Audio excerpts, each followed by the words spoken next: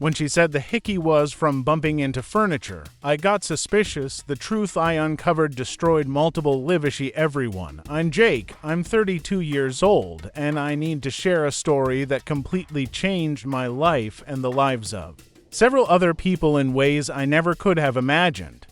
This happened about 8 months ago, and I'm still processing everything that went down.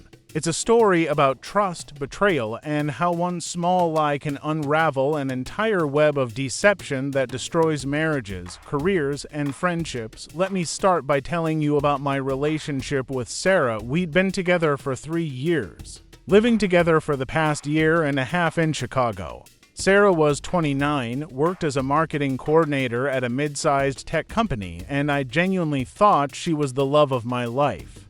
We talked about marriage, kids, buying a house together, the whole 9 yards. She was beautiful, smart, funny, and seemed completely devoted to our relationship. I work as a software engineer for a different company, so we had our own professional lives, but always made time for each other.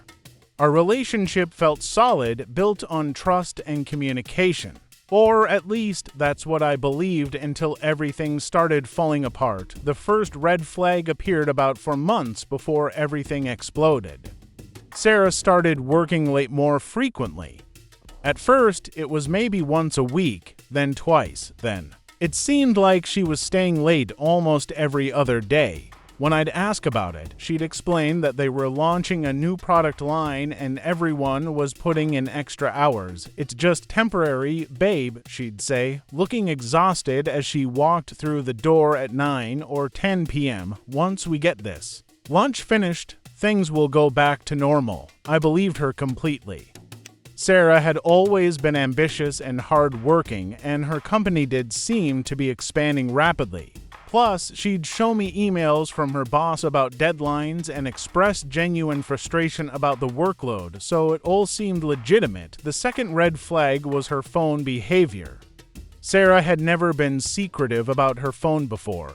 We'd often use each other's phones to look things up or take photos, and she'd leave hers lying around without a second thought. But gradually, I noticed she started keeping it face down more often, taking it with her to the bathroom, and being more protective of it in general. When I mentioned it casually one evening, "You seem more attached to your phone lately," she laughed it off. "Work has been crazy, and my boss has been sending messages at all hours. I guess I'm just more aware of it because I'm stressed about missing something important." Again, it seemed reasonable. I didn't want to be that paranoid boyfriend who questioned every little change in behavior. The third red flag was the most subtle, but probably the most telling in retrospect. Our physical intimacy changed, not dramatically, but enough that I noticed. Sarah seemed less present during intimate moments, more distracted, and sometimes I'd catch her mind wandering. When I'd try to talk to her about it, she'd blame work, stress, and exhaustion. "I'm sorry, Jake, I know I haven't been fully present lately. This project is consuming my brain 24/7. Once it's over, I promise I'll be back to my normal self." I tried to be understanding. I'd been stressed about work before and knew how it could affect every aspect of your life. I figured the best thing I could do was be supportive and patient while she dealt with this difficult period, but then came the incident that changed everything. It was a Thursday evening in late October.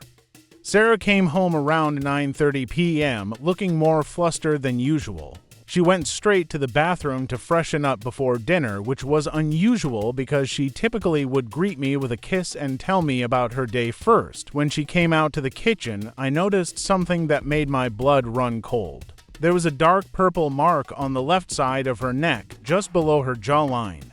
It was clearly a Hickey. I'm not naive. I know what they look like. "What's that on your neck?"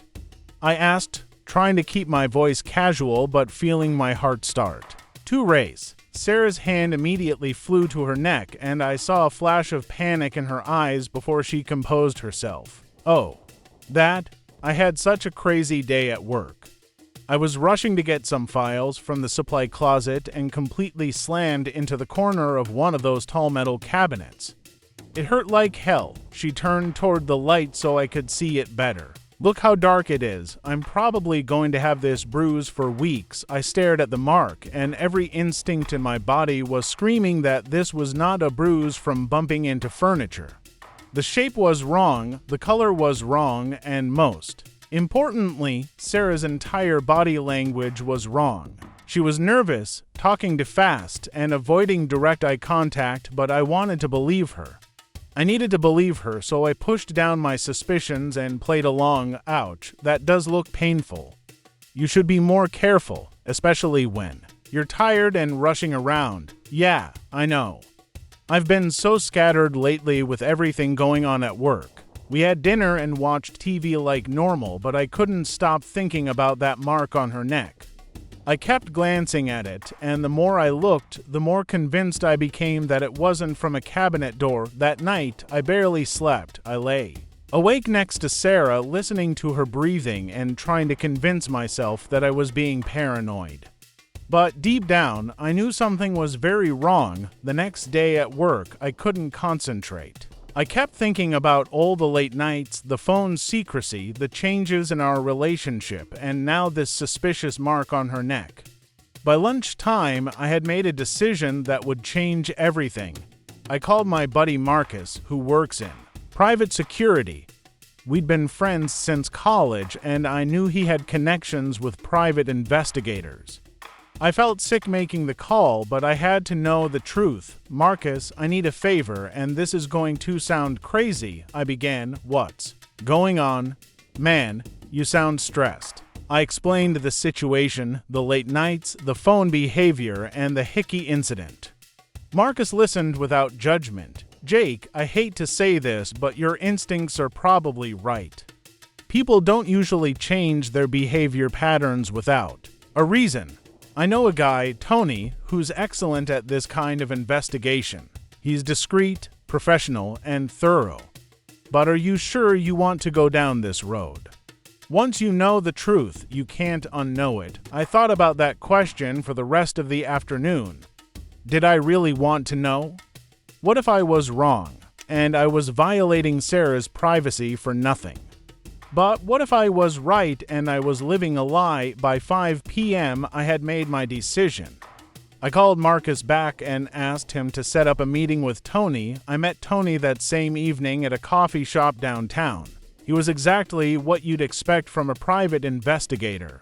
Middle-aged, observant eyes, and a calm demeanor that suggested he'd seen everything before. Your friend Marcus filled me in on the basics, Tony said after we ordered coffee. Before we go any further, I want to make sure you understand what you're asking for. If your girlfriend is cheating, I'm going to find evidence of it. That evidence might be more extensive or more painful than you're prepared for. Are you sure you want to proceed? I took a deep breath. I need to know the truth. I can't live with this uncertainty. Tony nodded. Okay, I'll need some basic information: her full name, workplace address, typical schedule, car description, and license plate, that kind of thing. I also want to be clear about my methods. I don't do anything illegal, no breaking and entering, no hacking phones or computers. Everything I do will be legal surveillance and background checking. I provided all the information Tony requested, and he explained his rates and typical timeline.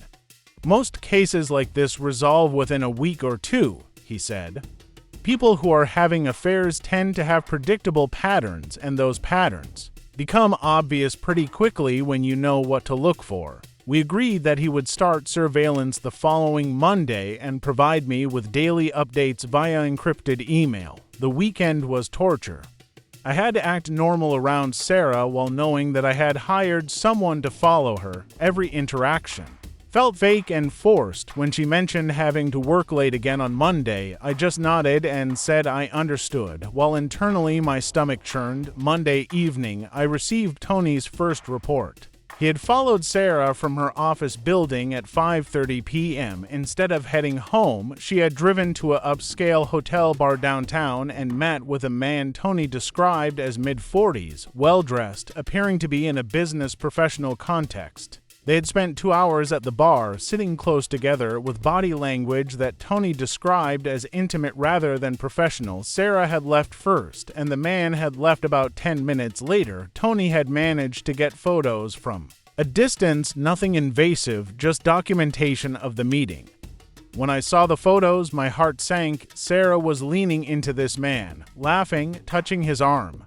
This was definitely not a work meeting, but Tony wasn't done yet. He had followed the man to his car and gotten his license plate number.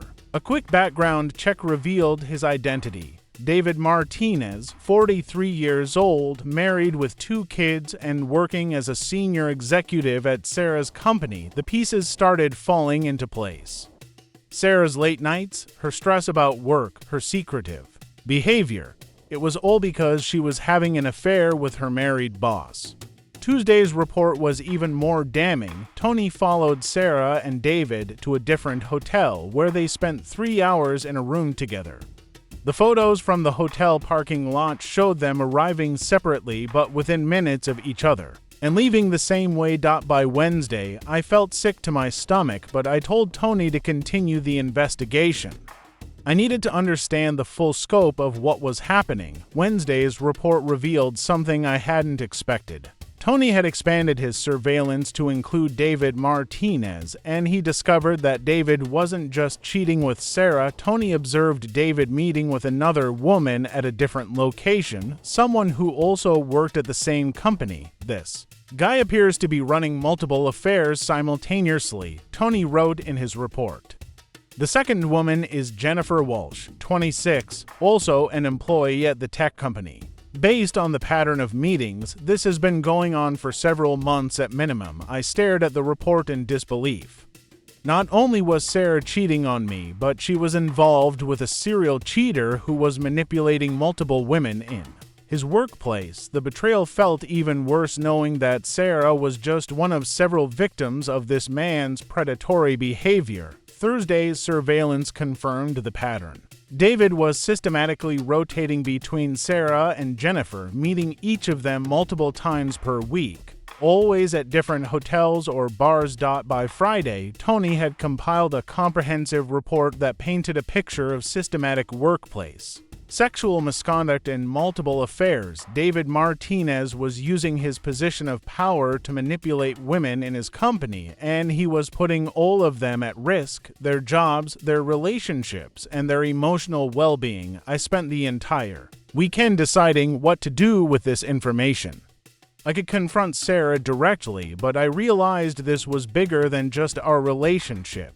This man was abusing his power and potentially violating company policies and possibly laws regarding workplace harassment. On Monday morning, I made several difficult decisions. First, I called Tony and asked him to prepare a comprehensive report with all the evidence he had gathered, including photos, timelines, and background information on all parties involved. Second, I researched the company's HR policies and complaint procedures. Third, I found contact information for David Martinez's wife, Linda Martinez. I decided to handle this systematically, starting with the people who deserve to know the truth. That evening, I waited for Sarah to come home from another late night at work. When she walked through the door at 9:45 p.m., I was sitting at our kitchen table with printed copies of Tony's reports spread out in front of me. "We need to talk," I said calmly. Sarah saw the papers and immediately went pale.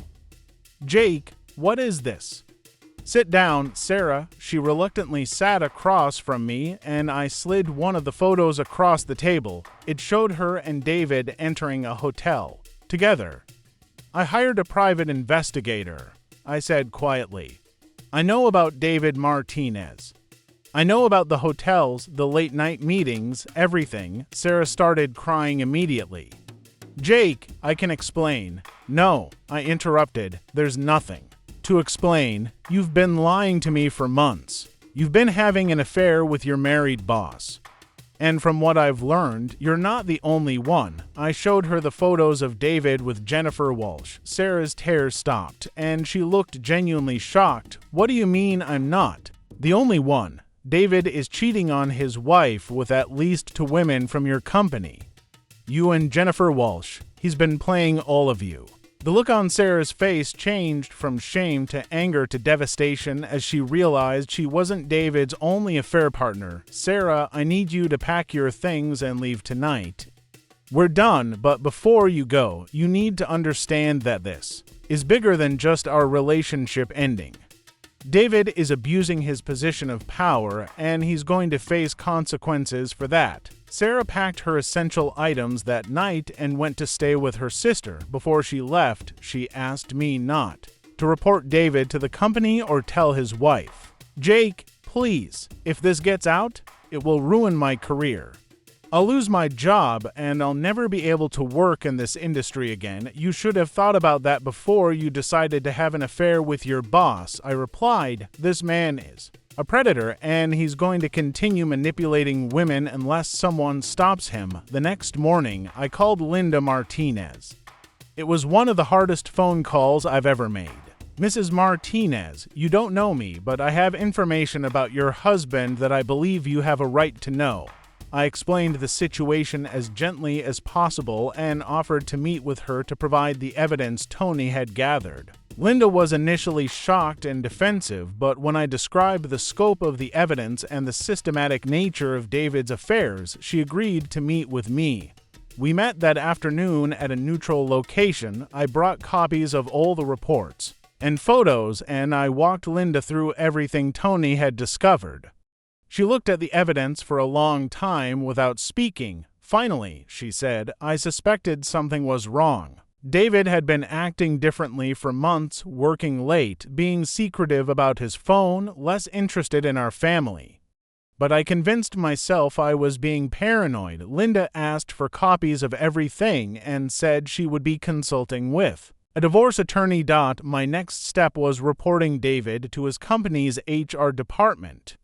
I compiled a formal complaint detailing David's inappropriate relationships with subordinate employees and the potential for workplace harassment and abuse of power. The HR investigation moved quickly. Within a week, both Sarah and Jennifer had been interviewed, and David had been placed on administrative leave pending a full investigation. The fallout was swift and comprehensive. David Martinez was fired within 2 weeks. The company's investigation revealed that he had violated multiple policies regarding relationships with subordinates and had created a hostile work environment. His termination was immediate and permanent, with no severance package. Linda Martinez filed for divorce and used the evidence Tony had gathered to secure a favorable settlement that included primary custody of their children and a significant portion of David's assets. Sarah was also let go from the company. While she wasn't technically fired for the affair, the investigation revealed that she had falsified time sheets to cover for her meetings with David, which constituted time card fraud. She lost her job and her professional references. Jennifer Walsh chose to resign before she could be fired. She found another job quickly, but the experience had clearly traumatized her. Through mutual connections, I learned that she had been led to believe she was David's only affair partner and that he had promised to leave his wife for her. The ripple effects continued for months. David's firing became known throughout the tech industry in Chicago, making it nearly impossible for him to find another executive position. His marriage ended in a bitter divorce that played out in local courts, with details of his affairs becoming public record. Sarah struggled to find new employment in marketing. The circumstances of her termination made it difficult to get positive references, and she eventually had to move back to her hometown to start over in a different field. The 2 other marriages that were destroyed were David's and, indirectly, Jennifer's. Jennifer had been engaged to her longtime boyfriend, and when the affair came to light, he ended their relationship immediately. As for me, I went through my own healing process. The betrayal was devastating, but learning the truth was ultimately liberating. I realized that the woman I thought I loved was someone I had never really known. The Sarah who could lie to my face for months while carrying on an affair was not the person I had fallen in love with. I started therapy to process the betrayal and to understand how I had missed so many red flags. My therapist helped me understand That people who are skilled at deception can be very convincing, and that my trust in Sarah wasn't naivety. It was normal behavior in a relationship. The most important lesson I learned was to trust my instincts. When something feels wrong, it usually is wrong. That hickey on Sarah's neck was exactly what I thought it was, and I was right to be suspicious when her explanation didn't make sense. I also learned about the importance of standing up for what's right, even when it's difficult. Reporting David to HR and telling his wife about the affairs was painful for everyone involved, but it was the right thing to do. David was abusing his power and manipulating vulnerable women, and allowing that behavior to continue would have meant more people getting hurt. 8 months later, I'm in a much better place. I'm dating someone new, someone who values honesty and communication as much as I do.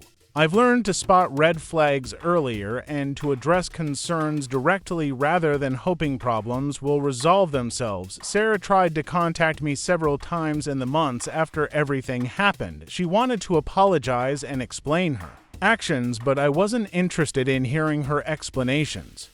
Some betrayals are too fundamental to forgive, and this was one of them. I heard through mutual friends that she eventually found work in a different city and different industry. I hope she learned from this experience and won't make the same mistakes in future relationships. David Martinez's career in tech is essentially over.